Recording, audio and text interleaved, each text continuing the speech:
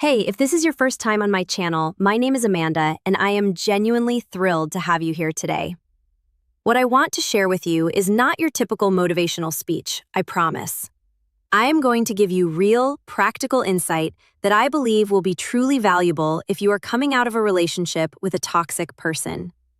These are the kinds of relationships we tend to stay in far longer than we should, and even after leaving, we fall into certain traps. But today I am going to share something that, once you understand it, will completely shift the way you see the whole situation. And yes, I did promise you a tool at the beginning, so stick around because by the end of this video, I will give you something concrete you can actually use if you feel like you need that revenge. All right, let us get straight to the point. When we leave a toxic relationship, it is almost like we have not already lost enough time making everything revolve around that person. And that is actually one of the biggest problems with toxic relationships, the deeply unhealthy way that person absorbs you, drains your energy, and takes up every single corner of your mental space. Now, to be fair, when we fall for someone or feel intensely about someone, it is completely natural to think about them constantly. That kind of obsessive thinking is a normal part of falling in love. But with a toxic person, they are installed too deep inside your mind, especially when the pain sets in and they are still there. And on top of that, once you finally pull away, you are left with this overwhelming feeling that you need to somehow reclaim your dignity, your self-worth, the sense of yourself you feel like you lost along the way. You want to feel like you have some power back. You want to feel like you can win, like you can show that person that after everything, after all that imbalance and injustice, you at least walked away as the one who came out on top. And deep down, you still care about what this person thinks of you, even though they have shown you time and again that they are someone with no moral compass, no integrity, no real values. Yet you still want to prove that you are worth something. And since you have probably already accepted that this relationship was going nowhere, maybe after many cycles and back and forths, you have made peace with the idea that it cannot work. But you at least want to be the one who wins the breakup. Now, we all know that breakups are not competitions. That thinking is a little bit childish, honestly. But it is also true that when a relationship ends with someone who treated you well, someone you shared a lot with, you do not really feel that urge. You are not thinking about winning or losing. You are more focused on healing, wishing them well, and moving forward. But when the person was toxic, even after the relationship ends, the peace does not come. You are still battling a kind of inner conflict. Your brain is still trying to make sense of everything, trying to understand why you gave so much, why you stayed, what they actually wanted from you, why they could never really love you. You start searching for answers, but the gaps never fully close. You also find yourself replaying the relationship, going back and forth between the good memories and the bad ones, unsure of who that person really was. And the honest answer to that is actually quite simple. They were both, the good version and the bad version. Except the good version was mostly a performance, and the bad version was entirely real. Even the most harmful people have occasional moments of warmth. That is just human nature. But that does not make them safe or worthy of your time. So there you are, carrying all of that, and on top of it, there is this part of you that still wants to show them that you can come out the winner of this breakup. Okay, here's the truth I need to share with you now. It is going to sting a little, but I genuinely believe the sooner you hear it, the better off you will be. There is something that almost nobody talks about, but I know it to be true, both from direct accounts and from observing these kinds of people up close. Toxic people, especially those who show signs of a personality disorder, have a constant need to protect their ego. We already know from being in relationships with them that they tend to lie compulsively. And beyond just being pathological liars who sometimes even believe their own stories, they are also experts at manipulating the narrative, not just the one they feed to you, but especially the one they tell themselves. Without that internal narrative, it would be nearly impossible for some of these people to maintain that air of superiority and grandiosity they project. Yes, it may be a performance, it may not be real, and yes, underneath it all, we know theoretically that they carry enormous insecurity and a deeply fragile ego. But that is exactly why they protect it so fiercely, layering it with distorted stories they tell themselves and others. And here is where that leads. When a breakup happens, while you are staying up at night carefully planning some grand strategy to make sure that when they think back on this, they remember you as the one who walked away with your head held high, I need to be honest with you. That option is often simply not available to you.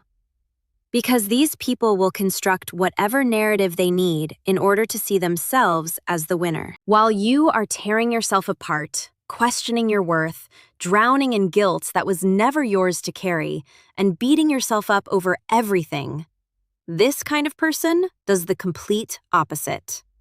In the story they tell themselves, they carry zero blame. They completely erase the hundreds of mistakes they made and zoom in exclusively on the small things you did wrong, inflating those moments to an enormous size. Everything terrible they did to you? Totally justified. The few times you stumbled? Absolutely unforgivable. If they ended things with you, it is because you deserved it. If you ended things with them, they will convince themselves they wanted it too. That you did them a favor, that you just did the dirty work they were already planning to do.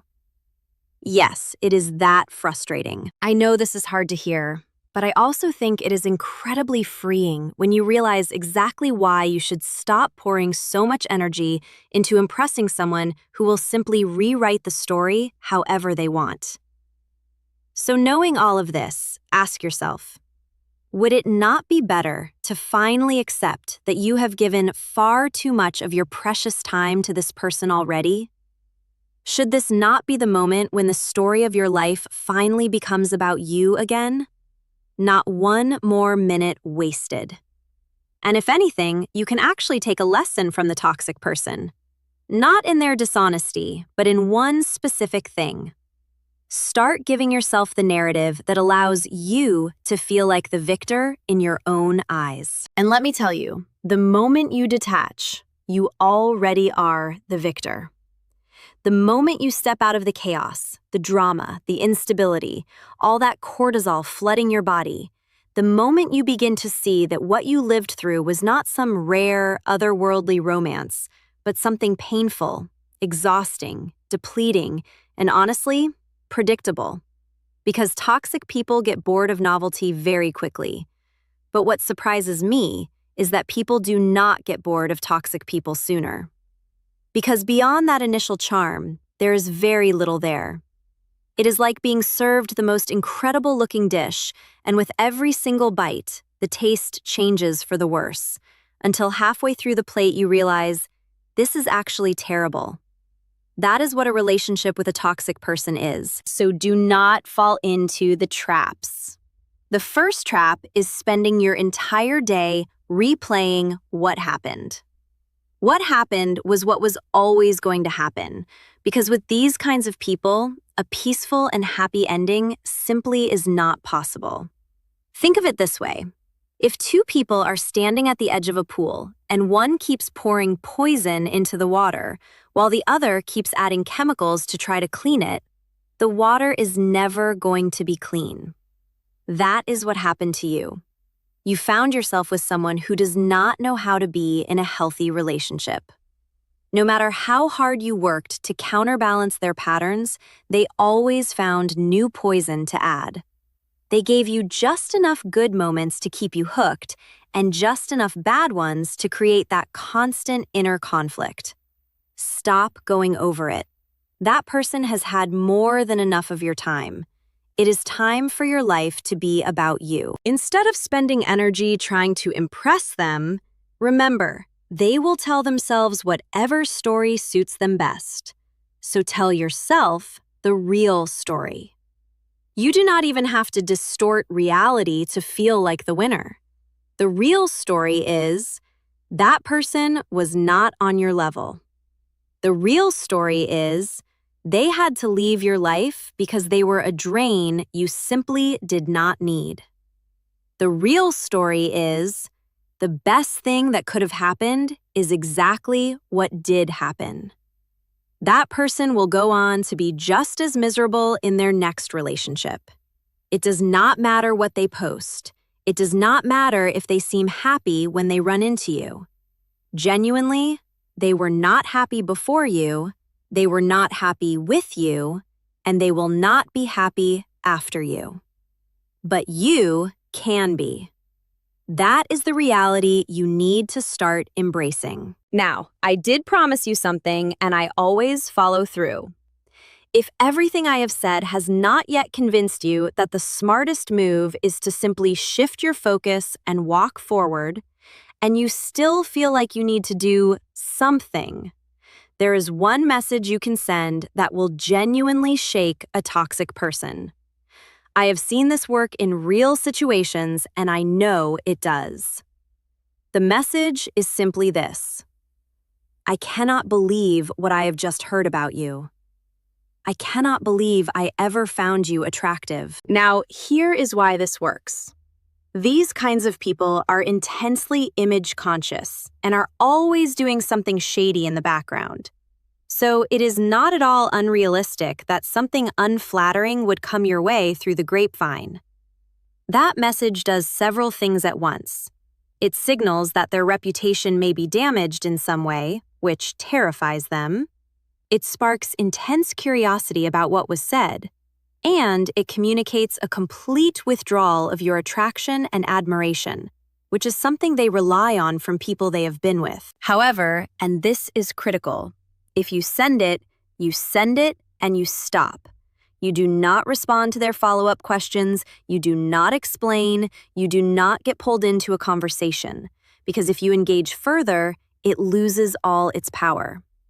Also, please do not use this if the person has ever shown any signs of physical aggression. I am being completely serious. If there was ever any violence in that relationship, skip this entirely. This is only for the type who were emotionally manipulative, who played subtle mind games, who made you feel small while smiling to your face. For those people, you send it, and after that, those are the last words you ever give them. Then you go live your life. That is how you win. You win by living well, by accumulating beautiful experiences, by filling your world with things that have nothing to do with them. And honestly, you win just as completely without sending the message at all. Because I have seen people lose months, sometimes years, consumed by a mission of revenge. And I always think to myself, but does this person truly believe this is going to change anything? Deep down, you are not a vengeful person. Deep down, you do not actually want to hurt anyone. And even if you did manage to hurt them, it would not make you feel better. What we often confuse for the need for revenge is actually an unhealed wound, a part of us that still hopes that by impressing this person or coming out on top, we might somehow reopen the door. Let that go. Let it go for real. What is the point of all of it? Just for that person to spin it into whatever story makes them feel best?